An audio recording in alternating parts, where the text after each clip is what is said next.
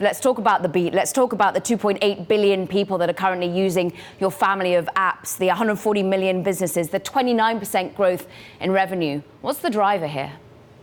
Well, thank you, Caroline, for having me. And I'm really looking forward to seeing you next week. I think the driver is that we are building products that people want to use all over the world. As you said, we have now 2.8 billion people, about 2.8 billion using our family of apps, and everything's growing: Facebook, Instagram, Messenger, WhatsApp. And importantly, the Facebook core app is growing, including in the United States. Globally, we have a 9% growth to report year over year this quarter in people that are coming to Facebook monthly using it daily. And that's pretty exciting, because what that means is that this is a product that continues to help people connect, continues to help people share, and that people use as part of their daily lives all over the world. And to connect, to understand, to learn. And you both, Mark and yourself, just spoke very passionately about growth, but also the focus on protection of the user at the moment, particularly when it's all boiled together with election manipulation and transparency. I know this is something you're working particularly hard on at the moment in terms of employing people, educating. Talk to us about the decision of not blocking political ads. This is something that Mark spoke very passionately about, expecting a very tough year ahead on this decision. How hard is it to make such controversial decisions? This is a controversial decision. As Mark just said on our earnings call, we're not doing it because of the money. This is less than 1% of our revenue, and the revenue is not worth the controversy. But what Mark said is that we believe in free expression, we believe in political speech, and ads can be an important part of that. Where we're really focused, and I think we are leading, is on transparency. We put out an ad library. We now announced a presidential ads tracker, which means that you can see any ad anyone is running who's a political candidate anywhere in the US, anywhere in the world even, if it's not targeted at you. And that kind of transparency we think is really important to people understanding. You also talked about investing in protection.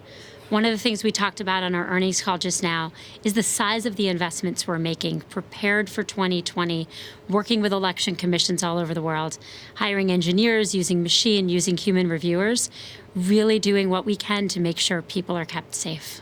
So when Twitter decides to go the opposite direction, does that make you question your own decision, or you still stand by the fundamental reasoning and transparency that you can bring?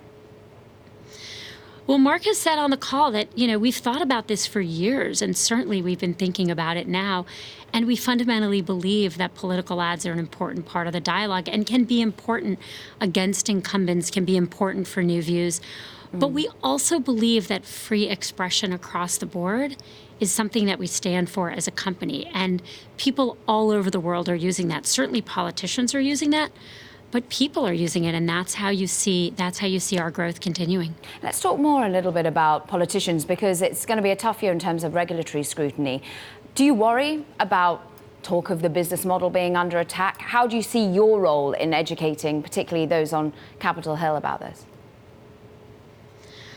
Well, I think we really have to help people understand that targeted ads and privacy are not at odds. We can do both. So if you're an advertiser, you're the biggest company in the world or the smallest company, and we have 7 million advertisers, 140 million businesses using our services, and you want to show an ad to, women in their 50s, that's me, who live in California, we take the ad, we show it to that person, we give you back aggregated results.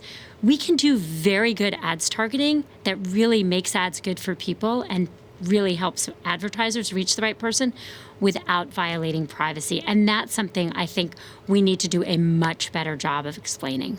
And indeed, the integration that you're doing at the moment, you talk about the focus on the family of apps, whether it be, of course, Facebook, Instagram, WhatsApp. You're also looking to put them together in the back end, encrypt them. Do you think this is going to help in terms of ensuring that you do remain one whole business?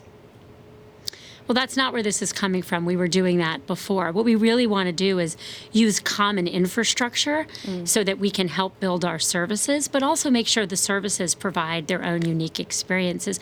Mark talked about this on the call as, one of the things that happened as Instagram was growing is that Instagram's growth is explained by, Kevin and Mike's really amazing product leadership, but also by what Facebook brought in terms of infrastructure, in terms of ads. And we want to continue to do that, support the apps we have in our family, make sure they have what they need to do to continue to serve people around the world. And support them through commerce as well. Businesses, I know, are hugely important to you. It's not just about the individual, the connecting with your family, it's connecting with business. How are you seeing commerce eventually playing, particularly on the Instagram front? So I think people are excited about commerce, excited about IG shopping, which is still very early and nascent. What we are is a great platform for people to find things. People discover products they want, services they want. We have done less going all the way down the funnel to where people actually buy and purchase. And those are more nascent products for us, but we're working on them. And we continue to see our role to help people connect. Businesses are using it not just to sell, but increasingly to message. One of the coolest things that's happening on the platform is how many businesses are connecting to people directly on Messenger and WhatsApp. It's pretty cool for a person to have the opportunity to message a business directly and a business to have the opportunity to do that with people. Is the Libre project important to the commerce part of the business? Are you still fully committed to that project as it stands? Well, we're definitely committed to it. And as Mark said when he testified, we're not going to roll this out until we have regulatory approval. Most of the commerce efforts have really nothing to do with Libre. That's a separate thing and it's a separate association.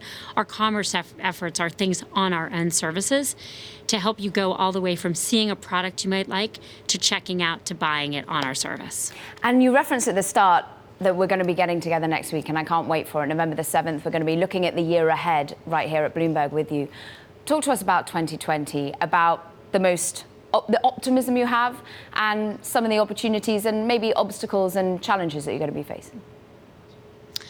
Well, it's very clear that 2020 is going to be a challenging year for us, for a lot of the tech companies, for anyone who's working in the space of expression. But I think the thing we feel best about is if you looked back at 2016 and you looked at what happened in the election where we were not prepared for this new coordinated, inauthentic behavior, we're in a very different place now. In 2017, we took down one network that was doing that. In the last year alone, we took down 50, including 3 today, which were Russia aimed at other countries. We took down 4 last week. Russia, one of those was Russia aimed at our country. And so we are working hard. We have great working relationships with the Department of Homeland Security, the FBI task force. We head into this election in a completely different place than we were.